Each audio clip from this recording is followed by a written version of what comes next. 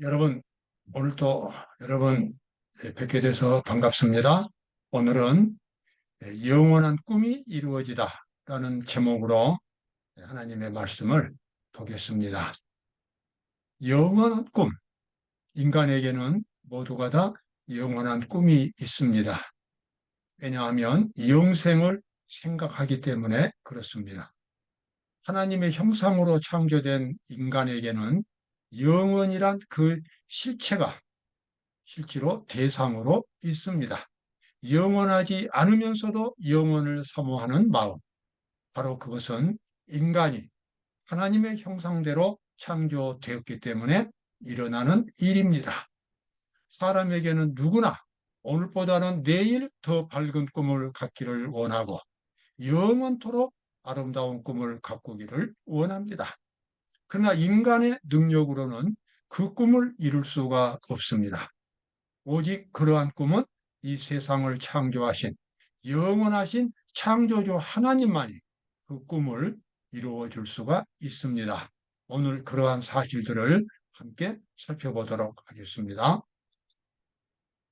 의인의 길은 돋는 햇볕 같아서 점점 빛나서 원만한 광명에 이르거니와 악인의 길은 어둠 같아서 그가 거쳐 넘어져도 그것이 무엇인지 깨닫지 못하느니라. 여기 의인의 길과 악인의 길, 두 가지 인생길이 나옵니다. 이 세상에는 직업도 많고 민족도 많고 정말 수많은 지식들이 있지만 그러나 인생에 가는 길은 딱 두 가지입니다. 하나는 죄인의 길, 하나는 의인의 길입니다. 죄인의 길은 목표가 없습니다. 그래서 어두운 밤길을 가는 것처럼 걸어가는 것이 죄인의 길입니다.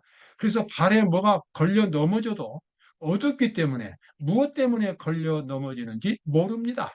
이 세상 살다가 기쁜 일도 슬픈 일도 여러 가지를 당하지만 도대체 왜 이런 일들이 일어나는지, 자기가 지금 어디를 가고 있는지, 무엇이 앞에 기다리고 있는지, 자기는 어디서 왔는지 아무것도 모르면서 그냥 후감 가운데 살아가는 것이 죄인의 길입니다. 그래서 이 세상에서의 먹고 마시고 그냥 쾌락을 누리는 것 이외에는 인생의 목표가 없습니다. 반대로 의인은 하나님이 주신 영원한 삶의 목표가 있습니다. 하나님은 예수 그리스도를 통하여 우리의 죄인의 모습을 보여주셨고, 우리의 가장 고질적인 죄의 문제를 해결해 주셨고, 그래서 그 예수 그리스도를 믿고 받아들임으로써 마음속에서 그리스도의 정신이, 그리스도의 품성이 형성되고, 그래서 하나님의 거룩한 율법대로 살아갈 수 있는 경건한 사람으로 탈바꿈하게 됩니다. 바로 그것이 거듭남이고 믿음으로 말미암은 의입니다. 그래서 의인의 길은 점점 살아갈수록 몸은 늙어지지만 꿈은 그 사람 속에서 점점 영광스럽게 피어나서 나중에는 아주 원만한 가득 찬 광명 속으로 들어가는 것이 바로 의인의 길이 되겠습니다. 이 세상 모든 사람들은 의인의 길과 악인의 길, 이 두 가지 길 중에서 하나를 걸어가고 있습니다. 속량받은 자들이 하나님의 면전에 설 때에 그들은 하늘이 성공으로 기록한 것에 대한 그들의 결론이 얼마나 근시안적이었는지를 보게 될 것이다. 우리가 장차 하늘에 가서 이제 이 세상 역사를 살펴본다면 이 지구에서 일어났던 그 우리 눈에는 현재 보이지 않는 영적인 세상 속에서 벌어졌던 대투쟁을 볼 때에 우리가 얼마나 알고 있는 것이 짧았는지, 우리의 생각이 얼마나 짧았는지 그때 알게 될 것입니다. 우리는 하늘에 가서 이 세상에서 일어났던 모든 역사의 비밀들을 볼 수 있게 될 것입니다. 갈바리에서 비춰오는 빛으로 볼 때 자아를 부정하는 사랑의 법칙이 이 세상과 하늘의 생명의 법칙임이 드러날 것이다. 갈바리에서 비춰오는 이 빛은 바로 사랑의 빛입니다. 그것은 자아 희생적인 진실한 사랑의 빛입니다. 그것이 바로 사랑의 법칙입니다. 이 사랑의 법칙이 그리스도께서 십자가를 통해서 그분의 삶을 통해서 또 하나님이 독생자 예수 그리스도를 이 땅에 보내주시는 그 사랑을 통해서 나타난 하나님의 사랑의 법칙이 사실은 온 우주를 이, 통치하는 온 우주 거민들의 마음속에 있는 모든 천사들의 마음속에 있는 바로 이 우주에서 이 생명을 유지하는 모든 생명체들의 법칙이 바로 그 사랑의 법칙이라고 하는 것을 우리가 천국에 가면 깨닫게 될 것이라고 하는 것입니다. 천국에 가는 사람들은 민족도 여러 가지고 그리고 이 수많은 그런 이 언어와 그런 많은 차이가 있지만 그러나 실제로 모든 그들 그 마음속에 있는 한 가지 공통점은 그들이 그리스도의 사랑의 정신을 가지고 있다는 것입니다. 그리스도의 십자가의 거룩한 정신을 그들이 깊이 경험했고 그것을 생활 속에서 실천했고 목표로 삼은 사람들이었다고 하는 것입니다. 이제 그들의 목표가 우주에 가면 우주 거민들과 함께 어울릴 수 있게 될 것입니다. 왜냐하면 그리스도의 사랑의 법칙이 온 우주의 법칙이기 때문에 그렇습니다. 자, 이 다니엘서 2장, 제가 아주 좋아하는 다니엘서 2장의 신상의 그림입니다. 느부갓네살 왕, 신바벨론 제국의 느부갓네살 왕이 와봤던 이 신상은 머리는 금으로 되어 있고 가슴과 팔들은 은으로 되어 있고 허리는 구리로 되어 있고 양 다리는 철로 되어 있고 발과 발가락은 철과 진흙이 섞여 있는 아주 의미심장한 신상이었습니다. 왕이 이 꿈을 꾸고 해석을 못했을 때에 다니엘이 이 꿈을 해석을 했는데 그 해석이야말로 정말 우리가 왜 하나님을 믿는지, 하나님께서 장차 어떤 계획을 갖고 계시는지 우리에게 아주 역사적으로 분명하게 보여주고 있습니다. 여기 나와 있는 금머리는 신바벨론 제국이라고 설명을 했습니다. 두 번째 은 가슴은 페르시아 제국입니다. 그래서 신바벨론 제국을 페르시아가 멸망시켰고 세 번째는 그리스입니다. 페르시아 제국을 그리스가 멸망시켰고 그리스를 네 번째 나라인 로마 나라가 멸망을 했습니다. 그리고 로마 나라는 마치 발가락이 갈라지는 것처럼 게르만 민족의 이동에 의해서 유럽이 로마 영토가 수많은 기독교 국가들, 유럽 국가들로 분리하게 됐고 지금 우리가 살고 있는 이 시대는 바로 발과 발가락이 이렇게 나누어진 그런 시대가 되고 있습니다. 그런데 느부갓네살 왕이 이 신상을 보고 있을 때에 어디서부터 이상한 돌이 날아와서 이 신상을 때려서 박살을 내버렸고 그 돌이 점점 커져서 큰 태산을 이루었는데 다니엘은 설명하기를 바로 그 돌이 이 세상 역사의 이 마지막에 지구에서 세워질 하나님의 영원한 왕국이라고 설명을 했습니다. 여러분 그렇습니다. 이제 유럽 시대가 끝나면 이 세상의 열방 시대가 끝나면 하나님의 나라가 드디어 세워지게 될 것입니다. 그곳에는 더 이상 죽음도 더 이상 죄도 더 이상 고통도 두려움도 없는 영원한 하늘나라가 이제 건설되고 인간이 가졌던 모든 꿈들이 이루어지는 그런 세상으로 이제 들어가게 될 것입니다. 이 세상은 지금 바로 그것을 기다리고 있습니다.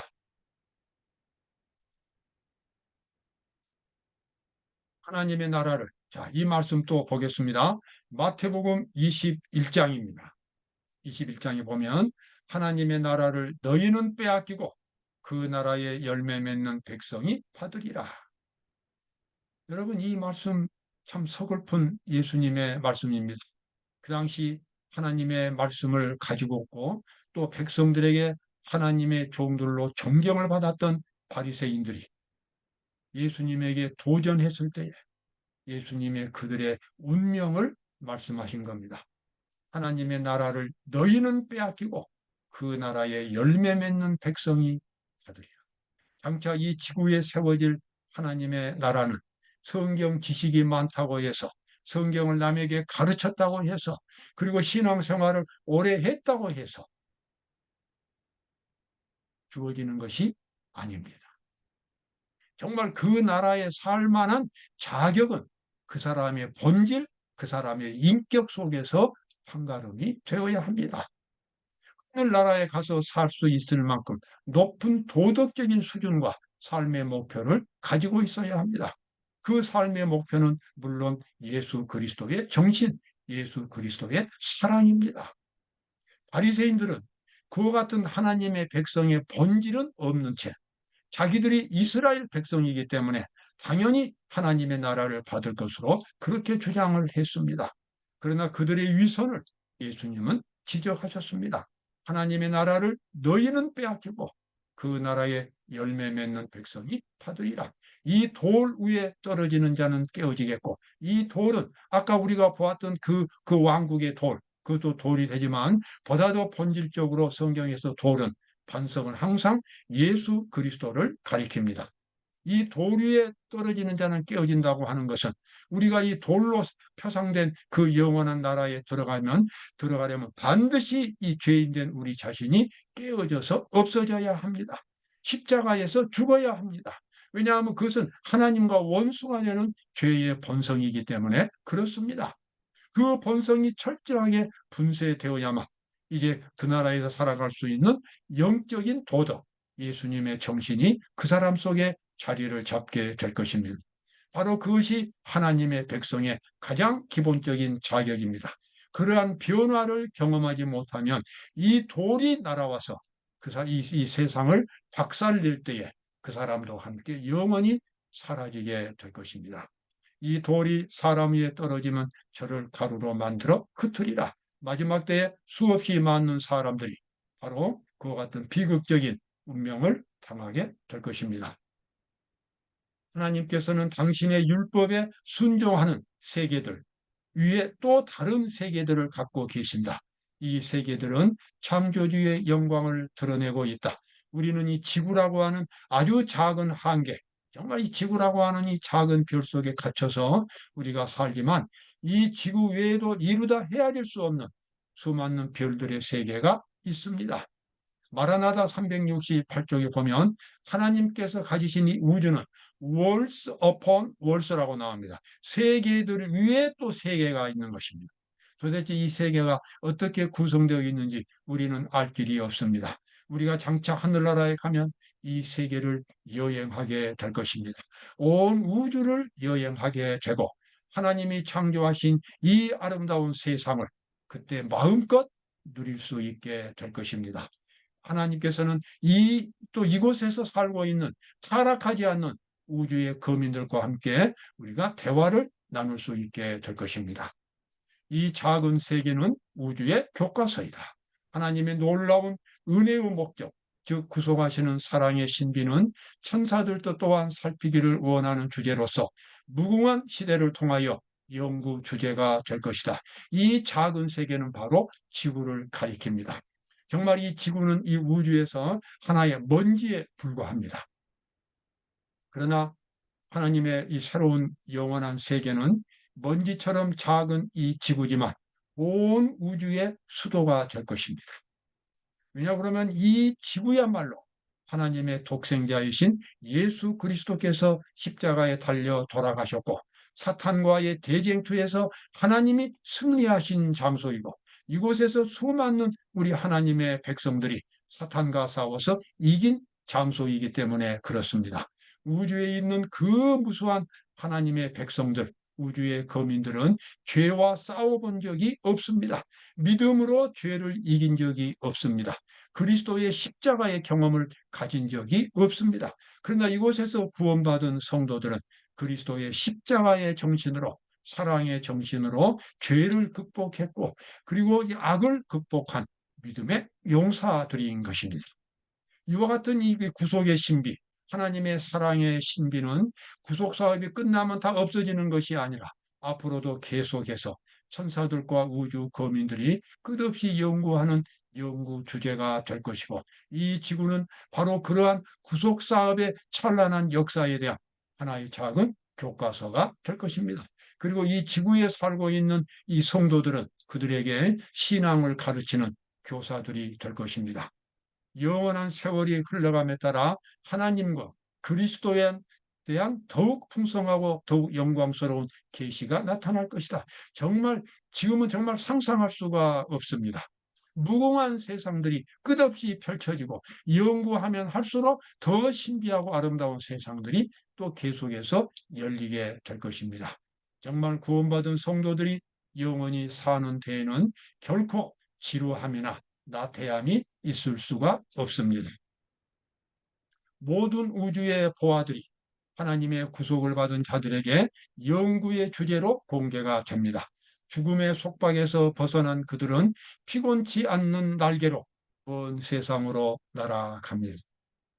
지금 우리는 이 오염되고 있는 세상에서 신음하면서 살고 있습니다. 끝없이 고통 가운데서 시달리고 있습니다.